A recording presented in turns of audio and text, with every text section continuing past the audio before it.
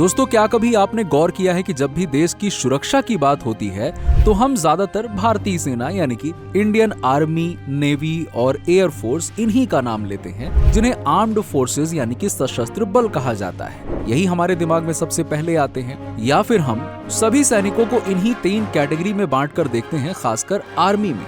लेकिन सही बताऊं तो ऐसा नहीं है। क्या आप जानते हैं कि देश के अंदरूनी हिस्सों में, सीमाओं के पास में, घने जंगलों और शहरों की भीड़ भाड़ में भी कुछ ऐसे सिपाही होते हैं जो दिन रात देश की रक्षा में तैनात रहते हैं। अब ये वो लोग हैं जो ना तो न्यूज हेडलाइंस में आते हैं, ना सोशल मीडिया की वाहवाही में आते हैं, लेकिन इनके बिना देश की आंतरिक सुरक्षा अधूरी है और इन्हें हम कहते हैं भारत की पैरामिलिट्री फोर्सेस। तो इस वीडियो में हम जानेंगे कि भारत की पैरामिलिट्री फोर्सेस क्या होती है, आर्मी से ये अलग कैसे होती है, सिलेक्शन कैसे होता है, ट्रेनिंग कैसे होती है, मकसद क्या होता है, इनकी तैनाती कहाँ होती है, इनकी खासियतें क्या हैं और ऐसे कौन कौन से फैक्ट्स हैं जो इन्हें देश की सबसे भरोसेमंद ताकत बनाते हैं। तो वीडियो को पूरा एंड तक जरूर देखिएगा। देखिए, पैरामिलिट्री फोर्सेस वो संगठन होते हैं जो सैन्य ढांचे की तरह होते हुए भी नियमित सशस्त्र बलों यानी कि इंडियन आर्म्ड फोर्सेस का हिस्सा नहीं होते हैं। ये गृह मंत्रालय यानी कि मिनिस्ट्री ऑफ होम अफेयर्स के अधीन में आते हैं, जबकि हमारी जो भारतीय सेना, नौसेना और वायुसेना है, ये रक्षा मंत्रालय यानी कि मिनिस्ट्री ऑफ डिफेंस के अधीन होती है।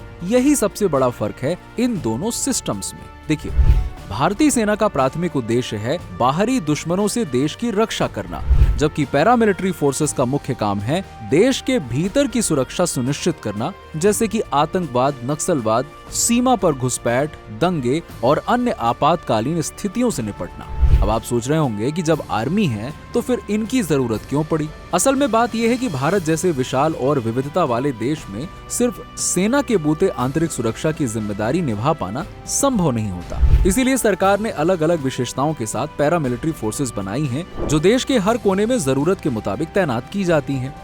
भारत में फिलहाल 7 प्रमुख पैरामिलिट्री फोर्सेस काम कर रही हैं, जिनमें AR, CRPF, BSF, CISF, ITBP, SSB और NSG शामिल हैं। हर एक फोर्स की अपनी एक खास जिम्मेदारी होती है और सभी अपने अपने मोर्चे पर देश की सेवा में जुटी रहती हैं। सबसे पहले हम बात कर लेते हैं AR यानी कि असम राइफल्स की। असम राइफल्स भारत का सबसे पुराना अर्धसैनिक बल है, जिसकी स्थापना 1835 में ब्रिटिश शासन के दौरान कैचर नेवी के नाम से किया गया था। इसका मुख्य उद्देश्य उत्तर पूर्वी भारत की सीमाओं की सुरक्षा करना है, वहां के संवेदनशील इलाकों में कानून व्यवस्था बनाए रखना है। आज असम राइफल्स का नियंत्रण प्रशासनिक रूप से गृह मंत्रालय MHA यानी कि मिनिस्ट्री ऑफ होम अफेयर्स के अधीन में आता है, जबकि ऑपरेशनल कंट्रोल भारतीय सेना यानी कि इंडियन आर्मी के पास में होता है। इस फोर्स का मुख्यालय शिलांग, मेघालय में स्थित है। असम राइफल्स को sentinels of the north east यानी कि उत्तर पूर्व के प्रहरी के नाम से भी जाना जाता है। ये बल जो है वो आतंकवाद निरोध, सीमा सुरक्षा, राहत कार्यों में भी महत्वपूर्ण भूमिका निभाता है, खासकर म्यांमार सीमा पर। इनके जवानों को कठिन और दुर्गम इलाकों में तैनात किया जाता है, जहां ये सेना के साथ मिलकर ऑपरेशन भी करते हैं। चलिए, अब इसके बाद बात करते हैं CRPF यानी सेंट्रल रिजर्व पुलिस फोर्स की। ये भारत की सबसे बड़ी पैरामिलिट्री फोर्स है। CRPF का मुख्य काम होता है देश के भीतर कानून व्यवस्था बनाए रखना, दंगों को काबू करना, नक्सल प्रभावित क्षेत्रों में अभियान चलाना और चुनावों के दौरान सुरक्षा सुनिश्चित करना। आज के समय में अगर कोई फोर्स सबसे ज्यादा राज्यों में सक्रिय है तो वो CRPF ही है। आपने कई बार सुना भी होगा कि इस राज्य में चुनाव है, दंगे हैं या किसी कारण से वहां पे अराजकता की स्थिति बन रही है तो CRPF को तैनात कर दिया जाता है। इसके बाद आती है BSF यानी कि बॉर्डर सिक्योरिटी फोर्स। इसका नाम आपने जरूर सुना होगा। BSF का कार्य भारत की सीमाओं की रक्षा करना, विशेषकर भारत पाकिस्तान और भारत बांग्लादेश की सीमा पर। अब BSF के जवान सीमाओं पर लगातार गश्त करते हैं, घुसपैठ को रोकते हैं और युद्ध की स्थिति में आर्मी के साथ मिलकर मोर्चा संभालते हैं। आपने कई बार बॉर्डर पोस्ट पर लिखा हुआ देखा होगा, BSF first line of defence. ये सिर्फ एक लाइन नहीं, ये एक जिम्मेदारी है जो हर जवान अपने सीने पर लेकर खड़ा होता है। चलिए, अब इसके बाद बात करते हैं CISF यानी सेंट्रल इंडस्ट्रियल सिक्योरिटी फोर्स। अब ये फोर्स देश की सबसे महत्वपूर्ण औद्योगिक प्रतिष्ठानों, सरकारी इमारतों, मेट्रो, रेल, हवाई अड्डों और परमाणु संयंत्रों जैसे रणनीतिक जगहों की सुरक्षा में तैनात होती है। जब आप एयरपोर्ट पर सिक्योरिटी चेक से गुजरते हैं तो वहाँ पे जो आपको जवान नजर आते हैं वो CISF के होते हैं। उनकी मौजूदगी हमें नजर नहीं आती, लेकिन उनका काम किसी भी खतरे को पहले से ही टाल देना होता है। इसके बाद आती है इंडो तिब्बतियन बॉर्डर पुलिस यानी कि ITBP।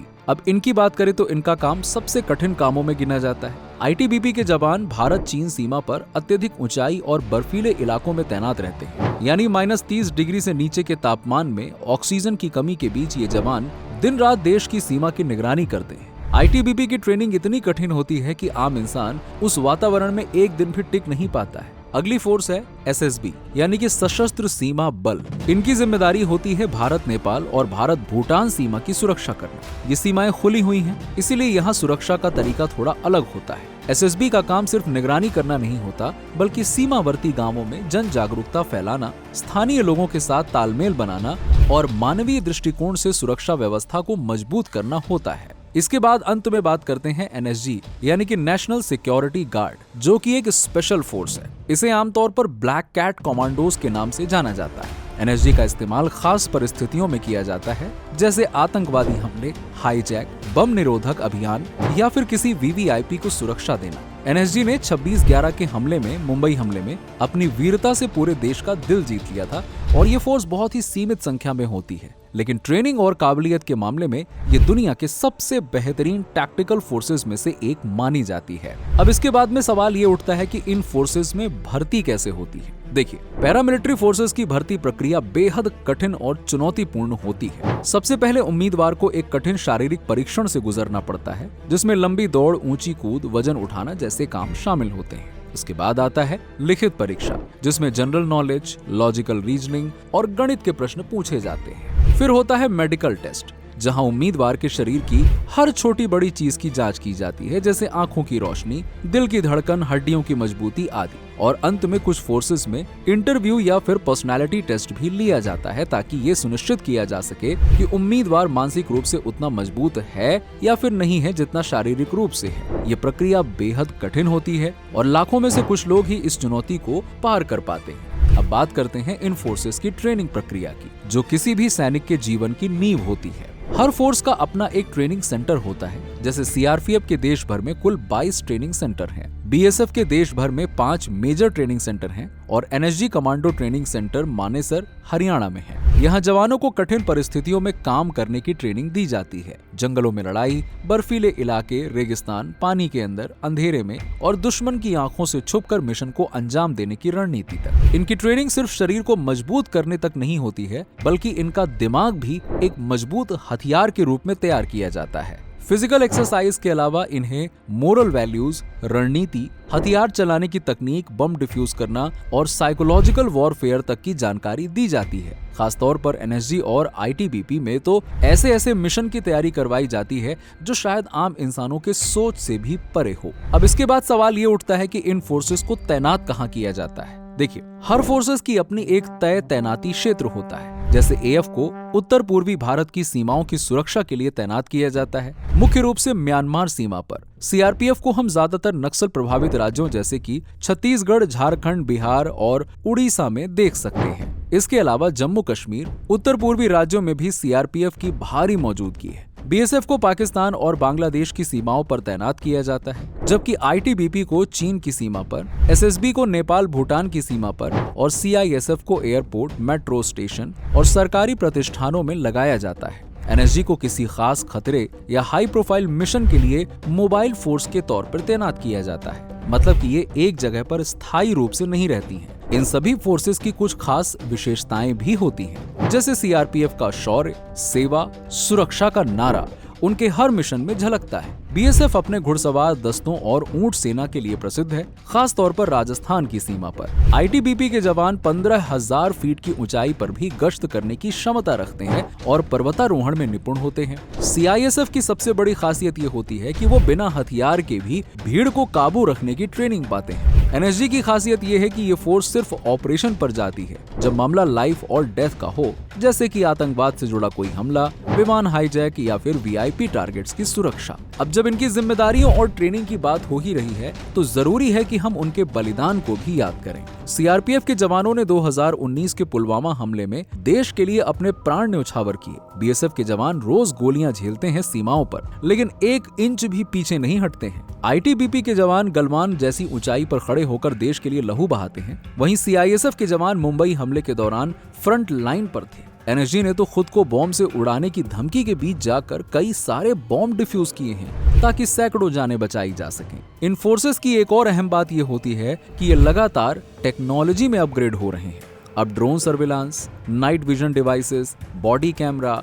साइबर मॉनिटरिंग जैसे अत्याधुनिक उपकरणों का उपयोग इनकी कार्यक्षमता को और मजबूत बना रहा है। इन फोर्सेस को समय समय पर आतंकवाद विरोधी training, international training exchange program और साइबर सिक्योरिटी से जुड़े कोर्सेज भी कराए जाते हैं ताकि वो हर स्थिति के लिए बेहतर तरीके से तैयार रहें। भारत सरकार ने अब इन पैरामिलिट्री फोर्सेस के लिए 7वें वेतन आयोग के तहत वेतन और सुविधाएं भी बेहतर की हैं। साथ ही पैरामिलिट्री फोर्सेस के लिए एक अलग शहीद स्मारक और पेंशन स्कीम्स की भी शुरुआत की गई है। हालांकि आज भी इन पैरामिलिट्री फोर्सेस और आर्म्ड फोर्सेस में काफी अंतर है, चाहे बात सम्मान की हो या पेंशन व्यवस्था की। देखिए, बात यह है कि पैरामिलिट्री के जवानों को अमूमन सीमा पर शत्रु से सीधे आमने सामने से नहीं लड़ना होता है। वो देश के आंतरिक सुरक्षा को देखते हैं, लेकिन कई बार बीएसएफ के जवानों को भी गोली खानी पड़ती है। अब इस पर समाज और सरकार दोनों को विचार करना चाहिए कि इस अंतर को घटाने के लिए क्या किया जा सकता है। जब भी आप अपने घर में चैन से बैठकर चाय की चुस्की लेते हैं या रात को गहरी नींद में होते हैं तो याद रखिए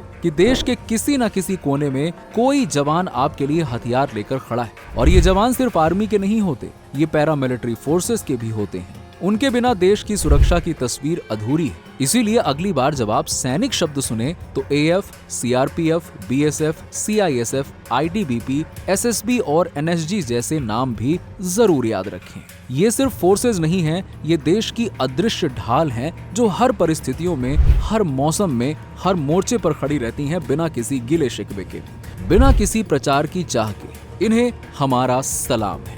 तो दोस्तों, आपको ये इन्फॉर्मेशन कैसी लगी हमें कमेंट सेक्शन में जरूर बताइएगा और ऐसी ही इंटरेस्टिंग वीडियोस के लिए हमारे चैनल को सब्सक्राइब करना मत भूलिएगा। अब मिलते हैं आपसे अगले वीडियो में, तब तक के लिए थैंक्स फॉर वॉचिंग। जय हिंद, जय भारत।